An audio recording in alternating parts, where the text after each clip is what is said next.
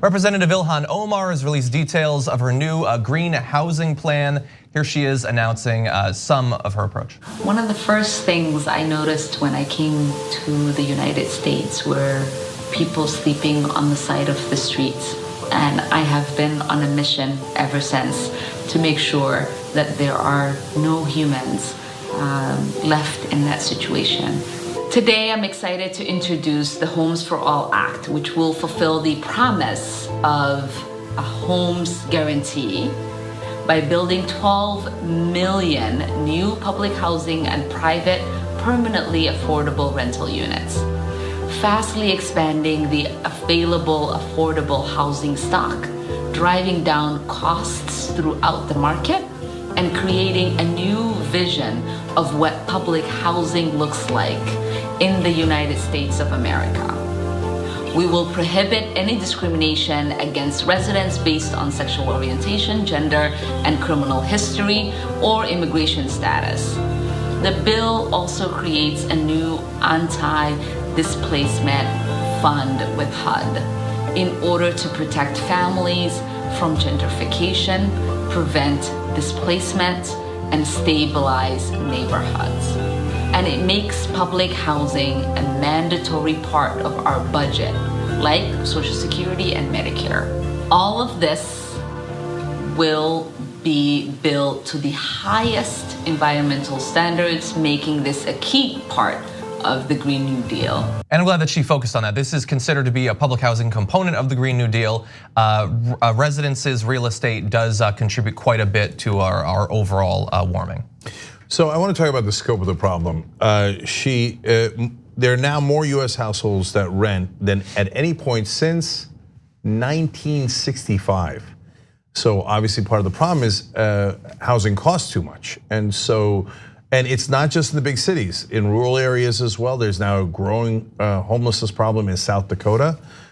So we desperately need more housing in this country, and she's trying to do it in a way that is both ambitious, but also realistic and environmentally conscious. So it hits a lot of birds with one stone.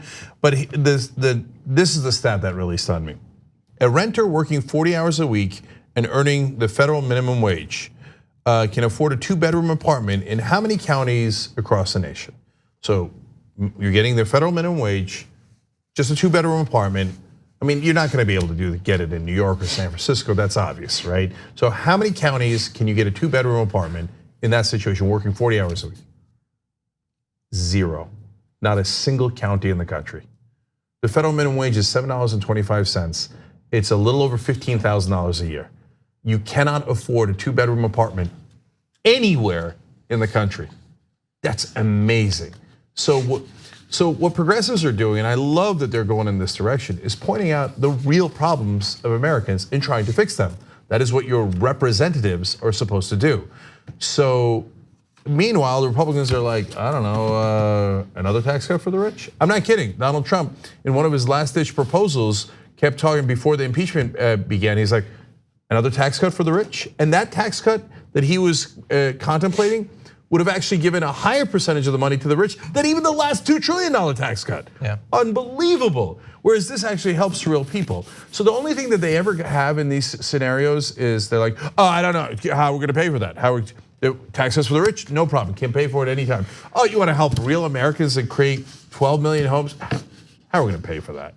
So that's all they got. So this would actually help real Americans. No, that's a great point. The last thing you said is also so true, which is all they got is the tax cut for the rich, and it'll trickle down to those people who need housing and all the other things that are now becoming so elusive in America. This Green New Deal, I get into these tug of wars with people over all the time, but I just think it's full of goals and ideals that have to be reflected in the future. Otherwise, there is no future. I love everything that's wrapped in this, including the environmental side. Yeah. So it really should be pointed out one other part of the bill.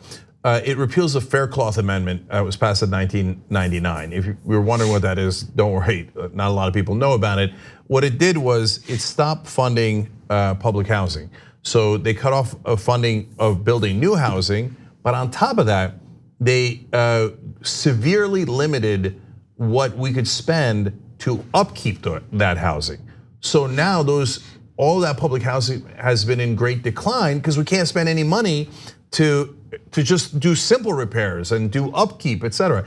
And then the Republicans turn around and go, look at public housing. You see, it's in decrepit shape. Yeah, that's because you cut off the funding. Yeah. So this would restore that so that it would give the current public funding a fair chance to make situations there a lot more livable.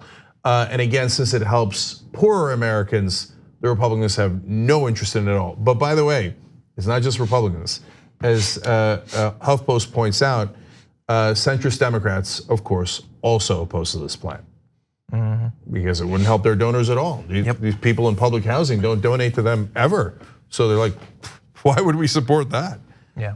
I also think that Cenk's point about the public housing situation and losing funding is an important one for the general thing they do. I mean, you really find it a lot. They defund federal programs and then point to what a failure they are. This is a real move that you find on the right and among the GOP. And as Cenk says, even frankly, under some moderate Democrat leadership, that can lead to the privatization and even the elimination of a lot of federal programs. Yeah. And I just want to say one final thing, and it's I want to focus on the first thing that Representative Omar said in that video. We've grown accustomed to so much in this country, and compared to the experience of people who live in places like Norway and other parts of Europe, she grew up in Somalia, it's a war-torn region. They had to go to refugee camps, and then finally they get the chance to emigrate to the US. And the first thing she noticed as a child who's been through all of that hell is there's a lot of people sleeping on the side of the streets in America. The richest country in the history of the world. Yeah, I thought it was powerful. I mean, the sense I got was she was basically saying, America gave me a home, and now it's my turn to return the favor. And that's super powerful. Yeah. And that's what's the best of America. Thanks for watching The Young Turks, really appreciate it. Another way to show support is through YouTube memberships. You'll get to interact with us more. There's live chat emojis, badges.